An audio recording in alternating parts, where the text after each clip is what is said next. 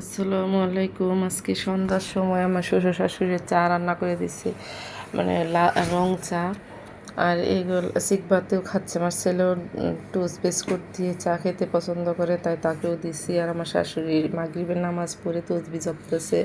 আর আমার মেয়ে তো ঘুমাচ্ছে, সন্ধ্যা রাতে ঘুমিয়ে গেছে, ও সারাদিন ঘুমায় নাই। আর এদিকে আমার ছেলে সুন্দর করে বিস্কিট খাচ্ছে। আর এদিকে আমি শ্বশুরকেও রং চা করে দিছি আর কেক দিছি। আমি কেক বানিয়েছিলাম, সেই কেক দিচ্ছি। কেক দিয়ে চা দিয়ে খাচ্ছে। আর এদিকে আমি রান্না বসাই দিছি।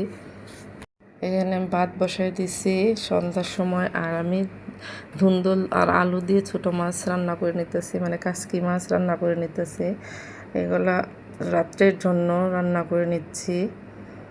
আর এদিকে রান্নাটা প্রায় হয়ে গেছে। ধুন্দল দিয়ে ছোটো মাছের চচ্চড়ি করতে গেছি, আর ধুন্দল থেকে কতগুলো পানি বের হয়ে গেছে।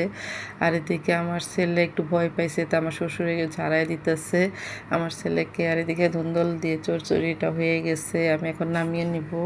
আর কি এরপরে আমি ঢেঁড়স ভাজি করে নেব। আজকে রাত্রের জন্য ছোটো মাছের তরকারি আর ঢেঁড়স ভাজি দিয়ে খাওয়া দাওয়া করা হবে। আর এই ঢেঁড়স ভাজির পরে আমি একটু 2টা ডিম বোনা করে নেব, কারণ আমার ভাগ্নে আসবে, ও কোনো মাছ খায় না, ওর জন্য 2টা ডিম বোনা করে নেব। আর 2টা ডিম সিদ্ধ করছি, একটা ডিম ফেটে বের হয়ে গেছে। এখন আমি এগুলো ছিলে পেঁয়াজ দিয়ে বোনা করে নিচ্ছি।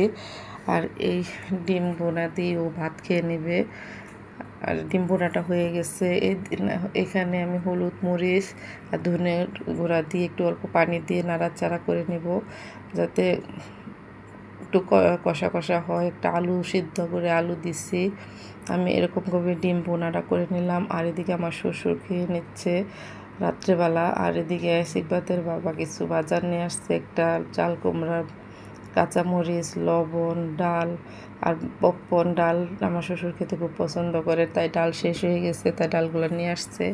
আর এদিকে দুধ গরম করে নিতেছি। আজকের ভিডিওটা কেমন হচ্ছে অবশ্যই কমেন্টে জানাবেন। আজকের মতো এখানে শেষ করলাম। আসসালামু আলাইকুম।